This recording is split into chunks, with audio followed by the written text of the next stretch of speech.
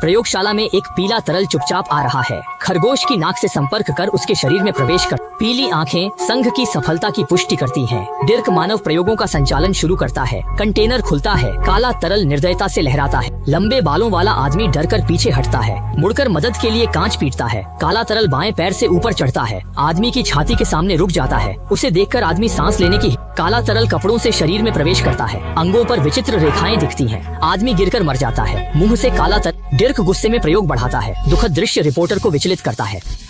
प्रयोगशाला में विभिन्न रोगी हैं। कुछ मर रहे हैं, कुछ बेहोश पड़े हैं। एडी जाने लगता है। कोई उसे पहचानकर मदद मांगता है।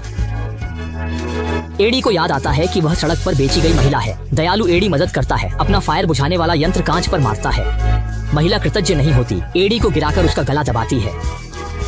रहस्यमय तरल फिर से घूमता है। महिला वहीं मर जाती है। सुरक्षा कर्मी आते हैं। एडी बचने की कोशिश करता है।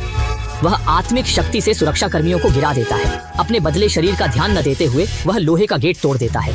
फाउंडेशन के लोग पीछा करते हैं। एडी को मारने की कोशिश करते हैं। एडी जान बचाने के लिए भागता है। पेड़ को तोड़ता है। सुरक्षा कर्मी पहुंच जाते हैं। एडी को मारने की तैयारी होती है पर वह कहीं नहीं मिलती। देखा कि एडी पहले ही पेड़ पर चढ़ चुका था और अब दर्जनों मीटर ऊंचे तने पर लटका। घर लौटकर एडी को ईर्ष्या हुई। वह जल्दी जल्दी खाने लगा पर थोड़ा खाना उसकी भूख नहीं मिटा पाया। एडी ने कूड़ेदान खोला। कल के बचे चिकन लेग निकाले और खाने लगा।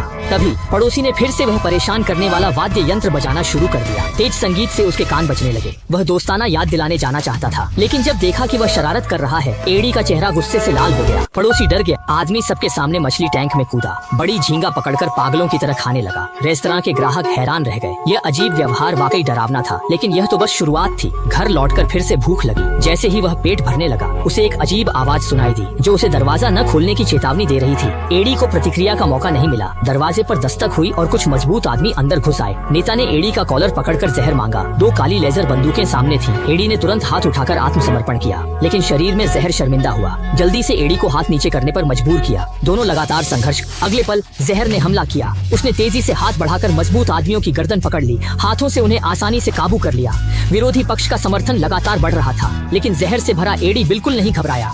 आसानी से दुश्मन की गोलियों से बच गया। विभिन्न तकनीकें आगे पीछे बदली। दोनों की मौन समझ धीरे धीरे मेल खा रही थी। एडी को हत्यारे से बचने के लिए खिड़की से कूदना पड़ा। साइकिल चलाकर भागा। पीछे दुश्मन अभी भी पीछा। अचानक अगले पल में वह कार से टकराया। मानव और वाहन अलग हुए। चोट भयानक थी। पूरे शरीर की हड्डियां टूटी। जब हत्यारा खुश था तभी शरीर का जहर बाहर आया। वह एडी के घाव भरने लगा। फिर अपने मूल हत्यारे को निगलने ही वाला था कि पीछे से गोली चली। जहर को कोई नुकसान नहीं हुआ। वह मुड़ा और एक चावल निगल गया। तभी पुलिस आई। वाबूदी में जहर को भागना पड़ा। तट पर उसके शरीर से काला तरल निकला। वेनम सामने आया। वेनम ने बताया वह प्रजाति का नेता है। पृथ्वी पर आया है मानवता को जर्मनी का मिशन बनाने। वेनम इससे संतुष्ट था। उसने एडी से लाइफ फाउंडेशन में जाने को कहा ताकि वह अपने परिवार को पृथ्वी पर ला सके। वेनम ने एडी को कमजोर कहा। उसे पकड़ने और पुलिस को धोखा देने को कहा वरना दया नहीं करेगा। एडी ने पीछे की इमारत देखी। वेनम समझ गया। ऊपर चढ़ने लगा। शहर का रात का दृश्य सुंदर था पर लिफ्ट में उतरते समय घेर लिया गया। शरीर पर लाल बिंदु थे। एक हरकत पर गोलियां चल सकती थीं।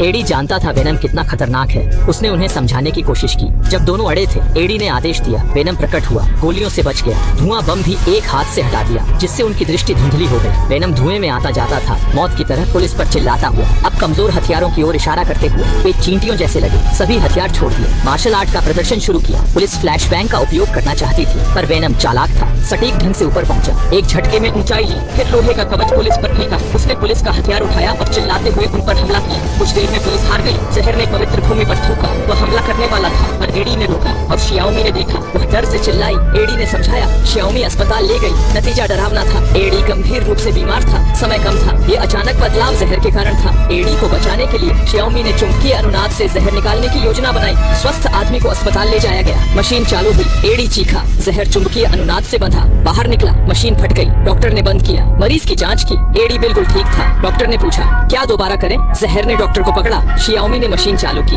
तीव्र दर्द के साथ जहर बाहर आया। डॉक्टर ने उसे बंद किया। एडी ने जहर को डांटा। मोड़ा। जहर हवा से निकल गया। एडी भागने लगा। लिफ्ट में रेत से टकराया। बेहोश हो गया। जागा तो पकड़ा गया था।